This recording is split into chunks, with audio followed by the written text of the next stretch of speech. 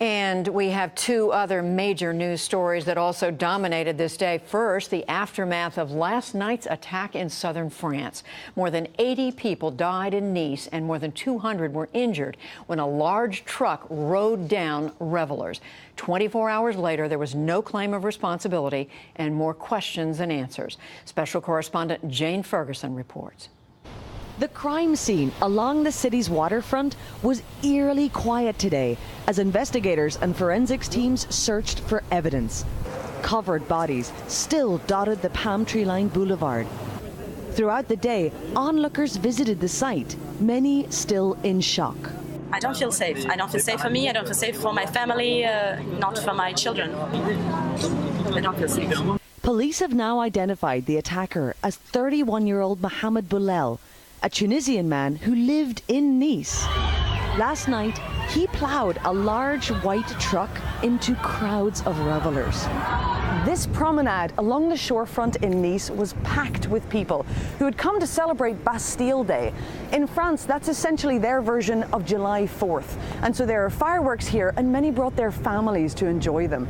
And tragically, that's why so many children were amongst the casualties. The celebrating turned to bloody chaos when the truck hurtled down the popular Promenade des Anglais along the Mediterranean coastline for a full mile and a half.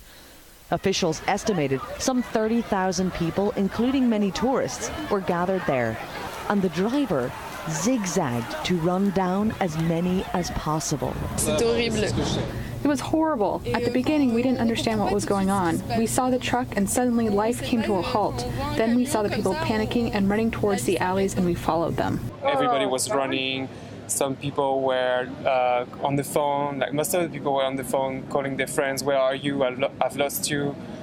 Some mothers with the children, they were looking for the children and losing their shoes and running, just escaping. It was really scary. The carnage ended only when police killed Boulel in a hail of gunfire, leaving the truck's windshield riddled with bullets. It also left investigators to puzzle out what drove a man who had no immediately apparent links to extremists to do this. The investigation will indeed aim to determine, firstly, how the attacker was able to get the weapon and truck he used for his crimes. It will also try to determine whether he benefited from accomplices and had ties to an Islamist terrorist organization. This type of action fits in perfectly with the constant calls for murder from such terrorist organizations. This afternoon, the truck was hauled away from the scene. Elsewhere in Nice, President François Hollande met with police and military authorities, and he ran into catcalls on the way there, after the third mass casualty attack since January of last year. The lesson that we must also learn from this tragedy, from this terrorist attack, is that we're facing a long battle. We have an enemy that will continue to attack all the people, all the countries, who possess freedom as an essential value. Hollande has called up military and police reservists and is moving to extend a state of emergency for 3 more months. It was put in place after last November's Islamic State attacks across Paris killed 130 people and wounded hundreds more. Condolences also poured in from other capitals. In Washington, President Obama reflected on the tragedy as he hosted a diplomatic reception.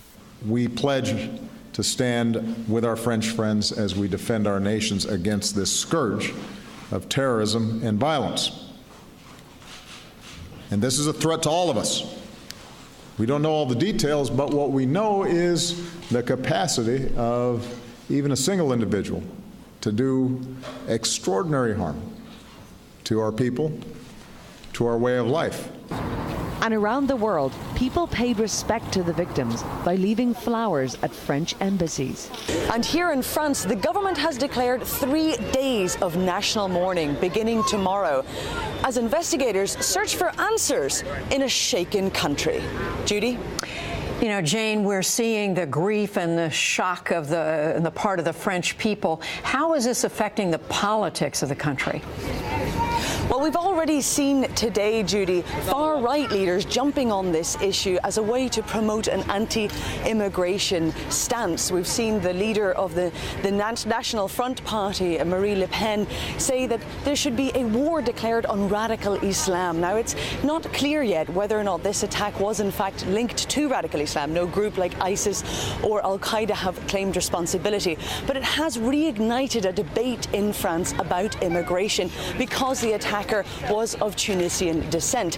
Now, here, where the attack took place, people have been coming down to pay their respects today. You may see behind me where some flowers have been placed. People have been lighting candles and leaving mementos here, and they have been having lively debates about that very subject. Some saying that the government here need to take a stronger stance against immigration, but others here also saying that this is not the time for such divisions, and that in fact this violence shouldn't be responded to violently, and that France itself should pull together. But again, we're seeing after such an attack, as we have seen in the past in Europe and America, where large numbers of civilians have been targeted, there is afterwards a lively and sometimes very divisive debate about immigration, and France is no different. Jane Ferguson reporting for us from Nice, France, the site of last night's terrible attack. Thank you, Jane.